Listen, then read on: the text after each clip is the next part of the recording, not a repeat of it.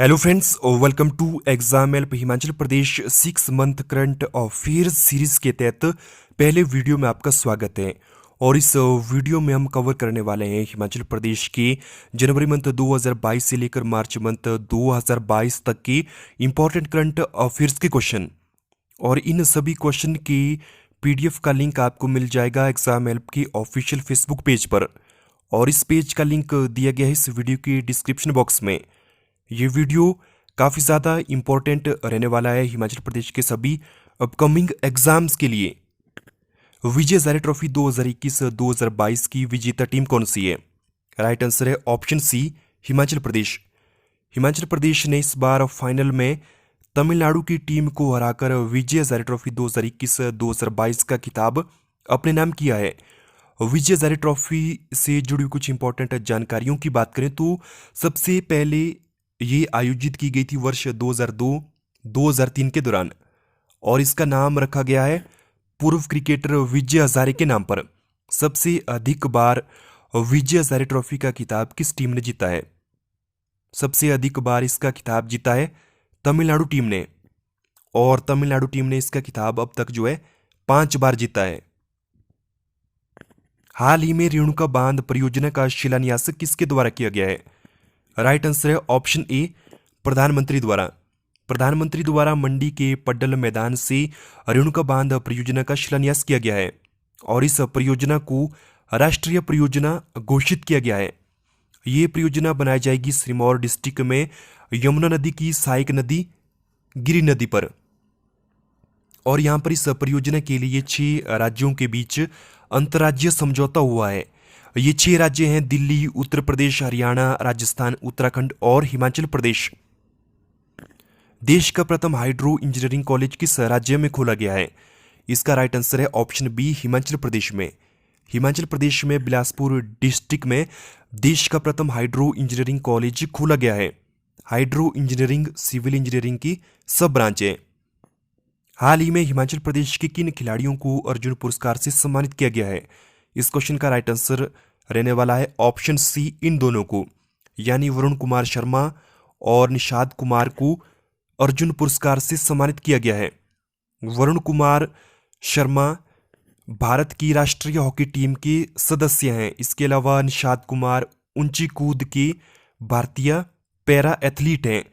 हिमाचल प्रदेश की वह कौन सी खिलाड़ी है जिसको सर्वप्रथम अर्जुन पुरस्कार से सम्मानित किया गया है? यह है सुमन रावत।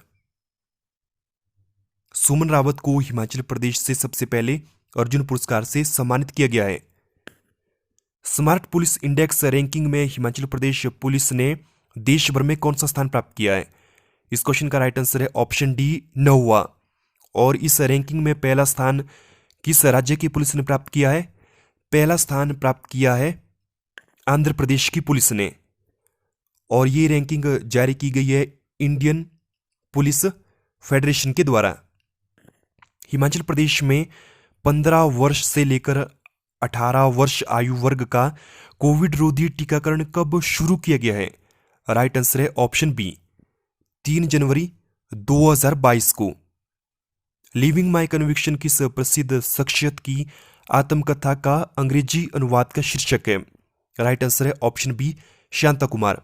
शांता कुमार का संबंध है हिमाचल प्रदेश की कांगड़ा डिस्ट्रिक्ट से, और ये पूर्व में हिमाचल प्रदेश के मुख्यमंत्री रह चुके हैं।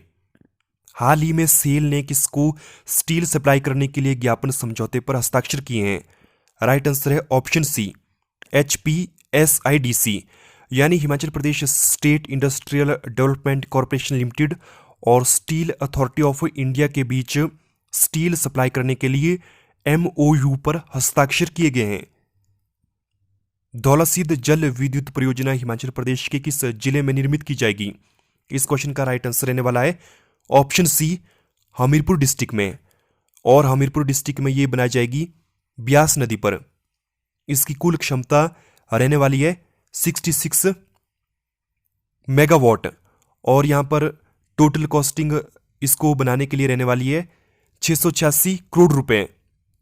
ब्यास नदी पर जहां पर यह जल विद्युत परियोजना निर्मित की जाएगी, वहां पर ब्यास नदी की एक छोर पर हमीरपुर डिस्ट्रिक्ट का एरिया पड़ता है, जबकि दूसरे छोर पर कांगड़ा डिस्ट्रिक्ट का एरिया पड़ता है। इस वजह से कांगड़ा और हमीरपुर जिले दोनों में ही कुल 300 हेक्टेयर भूमि अधिकृत की गई है इस जल विद्युत परियोजना को बनाने के लिए। कांगड़ा जिले के वन क्षेत्र में वृद्धि एवं ग्रामीण क्षेत्र में जीवन यापन कर रहे लोगों की आर्थिकी में सुधार हेतु 150 करोड़ रुपए की स्कीम किस अंतर्राष्ट्रीय एजेंसी के सहयोग से शुरू की जाएगी?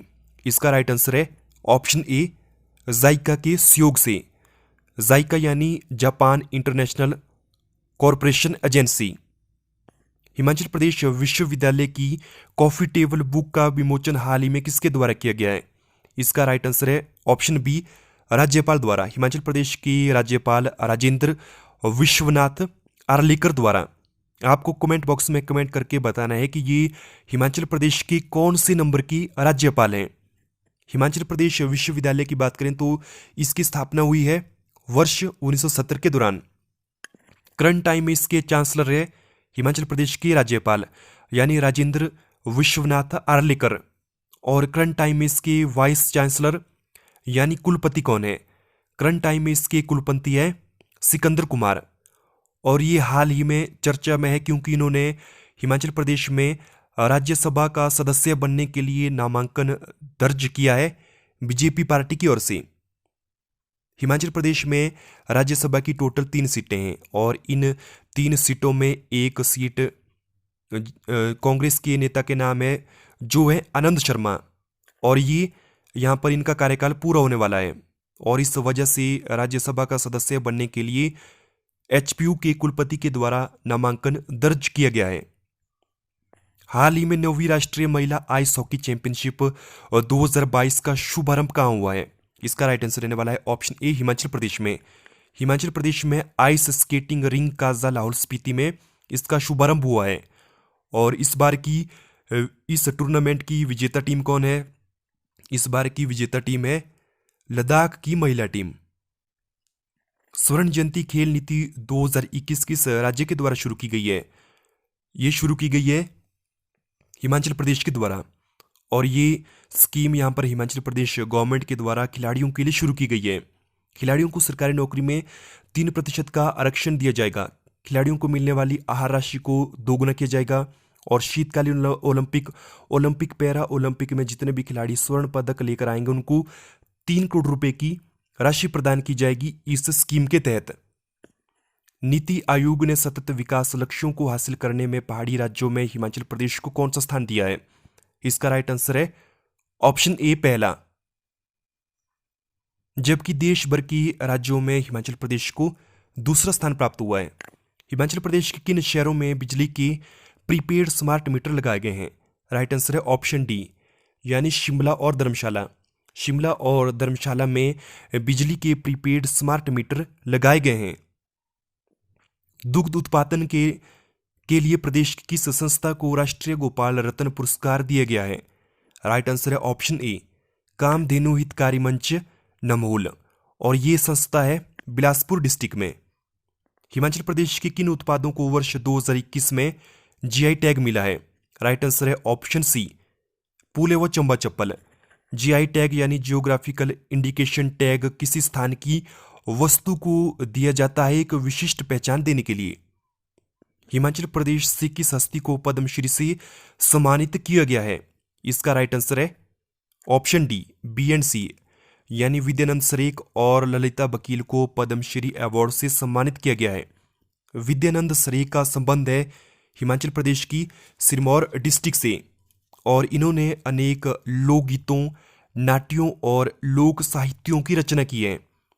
इसके अलावा ललिता बकील का संबंध है हिमाचल प्रदेश की चंबा डिस्ट्रिक्ट से और इन्होंने चंबा रुमाल के उन्नयन में उल्लेखनीय योगदान दिया है। इस वजह से इन दोनों को पद्मश्री अवार्ड से सम्मानित किया गया है। हाल ही में किस हिमाचली को प्रधानमंत्री राष्ट्रीय बाल पुरस्कार से सम्मानित किया गया है? इसका राइट आंसर है ऑप्शन ए, श्रेया लोहिया। इनका संबंध है हिमाचल प्रदेश की मंडी डिस्ट्रिक्ट के सुंदरनगर से और इनकी आयु है 13 वर्ष। ये कार्टिंग धावक है और खेल के क्षेत्र में इनकी उल्लेखनीय योगदान के लिए इनको इस पुरस्कार से सम्मानित किया गया है और राष्ट्रीय बालिका दिवस के अवसर पर इनको ये अवार्ड दिया गया है। और राष्ट्रीय बालिका दिवस मनाया गया है 24 जनवरी को। हिमाचल प्रदेश दालचीनी की संगठित खेती शुरू करने वाला कौन सा राज्य बना है? इस क्वेश्चन का राइट आंसर रहने वाला है ऑप्शन ए पहला। इससे पहले दालचीनी प्रदेश के जंगलों में प्राकृतिक तौर पर उगती थी और अब यहाँ हिमाचल प्रदेश में इसकी संगठित खेती शुरू की गई है। ये शुरू की गई है ऊना डिस्ट्रिक्ट में। ऊना डिस्ट्रिक्ट में इसकी पहली पौध रोपी गई है खोली गांव में। जल गुणवत्ता सर्वेक्षण में हिमाचल प्रदेश को कौन सा स्थान प्राप्त हुआ है? इस क्वेश्चन का राइट आंसर रहने वाला है ऑप्शन ए पहला। हिमाचल प्रदेश सरकार द्वारा कन्याओं को विवाह के समय शगुन योजना के तहत कितनी सहायता राशि दी जाती है? इस क्वेश्चन का राइट आंसर रहने वाला है ऑप्शन सी 31,000 रुपये। ऊना जिले से संबंध रखने वाले पद्मश्री चरण सिंह, जिनका हाल ही में निधन हुआ है, ओलंपिक में गोल्ड जीतने वाली किस भारतीय टीम का हिस्सा रहे हैं? इस क्वेश्चन का राइट आंसर रहने वाला है ऑप्शन बी 1964 की टोक्यो ओलंपिक हॉकी विजेता टीम से। और चरणजीत सिंह, जिनका संबंध है हिमाचल प्रदेश की ऊना डिस्ट्रिक्ट से। ये हिमाचल प्रदेश के पहले व्यक्ति है जिनको पद्मश्री अवार्ड से सम्मानित किया गया था और पद्मश्री अवार्ड चौथा सर्वश्रेष्ठ नागरिक सम्मान है और हाल ही में इनका निधन हुआ है। प्रदेश का पहला बायोडाइवर्सिटी पार्क कहाँ बनाया जा रहा है? इस क्वेश्चन का राइट आंसर रहने वाला है ऑप्शन ए मंडी डिस्ट्रिक्ट में। मंडी डिस्ट्रिक्ट में जंजैली घाटी में बुल्हा नामक स्थान पर इस पार्क का निर्माण किया जाएगा और इसको बनाने के लिए टोटल लागत यहाँ पर रहने वाली है 1 करोड़ रुपए। और यहाँ पर विलुप्त होती जड़ी बूटियों की संरक्षण के लिए रिसर्च वर्क किया जाएगा इस बायोडाइवर्सिटी पार्क के तहत। वित्तीय वर्ष 2022-2023 के लिए हिमाचल प्रदेश ने कितने करोड़ रुपए का बजट पेश किया है? इस क्वेश्चन का राइट आंसर रहने वाला है ऑप्शन बी 51,365 करोड़ रुपए का। इस बजट से जुड़े कुछ इंपॉर्टेंट फैक्ट की बात करते हैं। इस बजट के तहत टोटल रिसिप्ट यानी कुल आय रहने वाली है 50,300 करोड़ रुपए। टोटल एक्सपेंडिचर यानी कुल व्यय रहने वाला है 51,365 करोड़ रुपए। रेवेन्यू डेफिसिट यानी राजस्व घाटा रहने वाला है 3,903 करोड़ रुपए। फिजिकल डेफिसिट यानी राजकोषीय घाटा रहने वाला है 9,602 करोड़ रुपए। और पर कैपिटा इनकम यानी प्रति व्यक्ति आय रहने वाली है करीब करीब 2 लाख। और ये सभी आंकड़े इकट्ठा किए गए हैं हिमाचल प्रदेश की इकोनॉमिक सर्वे से। टोटल रिसिप्ट यानी कुल आय की बात करें तो कुल आय को हम कैलकुलेट कर सकते हैं जब हम रेवेन्यू रिसिप्ट और कैपिटल रिसिप्ट दोनों को ऐड करेंगे। रेवेन्यू रिसिप्ट मीन्स राजस्व आय और राजस्व आय के विभिन्न स्रोत हैं, पर मोटे तौर पर हम कह सकते हैं कि विभिन्न प्रकार के टैक्सेस जो गवर्नमेंट लगाती है, इन टैक्सेस से जितनी भी इनकम होती है उसको हम राजस्व आय में इंक्लूड कर सकते हैं। कैपिटल रिसिप्ट मीन्स पूंजीगत आय। गवर्नमेंट विभिन्न प्रकार का ऋण लेती है और ये ऋण भी एक प्रकार की गवर्नमेंट की आय है। इस प्रकार की आय को हम इंक्लूड करेंगे कैपिटल रिसिप्ट यानी पूंजीगत आय में। और राजस्व से जितनी आय होती है, पूंजीगत आय जितनी हमें प्राप्त होती है, इन दोनों को ऐड करके हम टोटल रिसिप्ट यानी कुल आय कैलकुलेट कर सकते हैं। और यहाँ पर इस बजट के तहत कुल आय है 50,300 करोड़ रुपए। टोटल एक्सपेंडिचर यानी कुल व्यय है 51,365 करोड़ रुपए। और ये व्यय किया जाएगा विभिन्न स्कीम्स में विभिन्न डिपार्टमेंट के तहत। और टोटल एक्सपेंडिचर यानी कुल व्यय को हम कैलकुलेट कर सकते हैं रेवेन्यू एक्सपेंडिचर और कैपिटल एक्सपेंडिचर को ऐड करके। रेवेन्यू एक्सपेंडिचर मीन्स राजस्व व्यय। सरकार विभिन्न योजनाओं के लिए खर्च करती है। कुछ स्कीम्स ऐसी होती है उन स्कीम्स से सरकार को कोई भी प्रॉफिट नहीं होता है, जैसे सरकारी विभाग में किया गया खर्च, विभिन्न प्रकार की सरकारी सब्सिडियां। इस प्रकार का व्यय रेवेन्यू एक्सपेंडिचर। यानी राजस्व व्यय में रखा जाता है। इसके अलावा कैपिटल एक्सपेंडिचर यानी पूंजीगत व्यय में उस प्रकार का व्यय रखा जाता है जिससे कुछ इनकम प्राप्त होती है गवर्नमेंट को। For example Himachal Pradesh government उद्योगों का निर्माण करती है, तो इन उद्योगों से वह इनकम जनरेट कर सकती है। उद्योगों में जो व्यय हुआ है इस व्यय को हम इंक्लूड करेंगे पूंजीगत व्यय में, और इस प्रकार से हम यहाँ पर टोटल एक्सपेंडिचर कैलकुलेट कर सकते हैं। रेवेन्यू डेफिसिट यानी राजस्व घाटा, ये है 3,903 करोड़ रुपए, और इसको हम कैलकुलेट कर सकते हैं जब टोटल रेवेन्यू एक्सपेंडिचर से हम माइनस करेंगे टोटल रेवेन्यू रिसिप्ट को। टोटल रेवेन्यू एक्सपेंडिचर मीन्स राजस्व व्यय, जो व्यय हिमाचल प्रदेश गवर्नमेंट के द्वारा किया गया है उन सभी कार्यों के लिए जहां से हिमाचल प्रदेश गवर्नमेंट को कोई भी इनकम नहीं हो रही है, उससे जब हम माइनस करेंगे टोटल रेवेन्यू रिसिप्ट यानी राजस्व आय को, जो आय विभिन्न प्रकार से टैक्सेस से प्राप्त हो रही है, और यहाँ से हम कैलकुलेट कर सकते हैं रेवेन्यू डेफिसिट यानी राजस्व घाटे को। ये कितना है? ये है 3,903 करोड़ रुपए। नेक्स्ट है physical deficit. Physical deficit means राजकोषीय घाटा, और ये है 9,602 करोड़ रुपए, और इसको हम कैलकुलेट कर सकते हैं जब हम टोटल एक्सपेंडिचर से माइनस करेंगे टोटल रिसिप्ट को। जब हम कुल व्यय में से कुल आय को माइनस करेंगे तो हम यहां पर कैलकुलेट कर सकते हैं फिजिकल डेफिसिट को। टोटल एक्सपेंडिचर मीन्स कुल व्यय, और टोटल रिसिप्ट मीन्स कुल आय, और इस कुल आय में ऋण के द्वारा जो आय गवर्नमेंट को प्राप्त हुई है उसको इंक्लूड नहीं करेंगे। और ये कितनी है इस बार? ये है 9,602 करोड़ रुपए, और पर कैपिटा इनकम यानी प्रति व्यक्ति आय यहाँ पर लगभग 2 लाख रहने वाली है। ये थे बजट 2022-2023 से जुड़े कुछ इंपॉर्टेंट फैक्ट, ये आपको याद रखने। डायरेक्टली आपसे पूछा जा सकता है कि टोटल रिसिप्ट कितना है, टोटल एक्सपेंडिचर कितना है, रेवेन्यू रिसिप्ट कितना है, फिजिकल डिफिसिट कितना है, कुल व्यय, कुल आय, राजस्व घाटा, राजकोषीय घाटा कितना है इस बजट के दौरान। वर्ष 2021-2022 के दौरान हिमाचल प्रदेश की जीडीपी कितने प्रतिशत रहने का अनुमान लगाया गया है? इस क्वेश्चन का राइट आंसर है ऑप्शन डी, 9.2% हिमाचल प्रदेश की जीडीपी रहने का अनुमान लगाया गया है, और ये पिछले वर्ष से करीब करीब 8.3% अधिक है, यानी यहां पर 8.3% की वृद्धि अनुमानित है। वर्ष 2021 से वर्ष 2022 के दौरान हिमाचल प्रदेश का जीएसटी कलेक्शन कितने प्रतिशत बढ़ा है? इस क्वेश्चन का राइट आंसर रहने वाला है ऑप्शन बी, 17%। इस बार का जो जीएसटी कलेक्शन है वो पिछले वर्ष के कंपैरिजन में 17% अधिक हुआ है। और जीएसटी के तहत यहाँ पर कितनी कलेक्शन हुई है? जीएसटी के तहत करीब करीब 322 करोड़ रुपए इकट्ठा किए गए हैं हिमाचल प्रदेश गवर्नमेंट के द्वारा। हिमाचल प्रदेश में ड्रोन प्रशिक्षण के लिए पहला फ्लाइंग स्कूल कहाँ खोला गया है? इस क्वेश्चन का राइट आंसर रहने वाला ऑप्शन बी, आईटीआई शाहपुर में। और यहां पर ड्रोन को चलाने के लिए प्रशिक्षण प्रोवाइड करवाया जाएगा, और यहां पर हम ड्रोन का इस्तेमाल विभिन्न कार्यों के लिए कर सकते हैं। इसका उपयोग कृषि के लिए किया जा सकता है, निगरानी के लिए किया जा सकता है।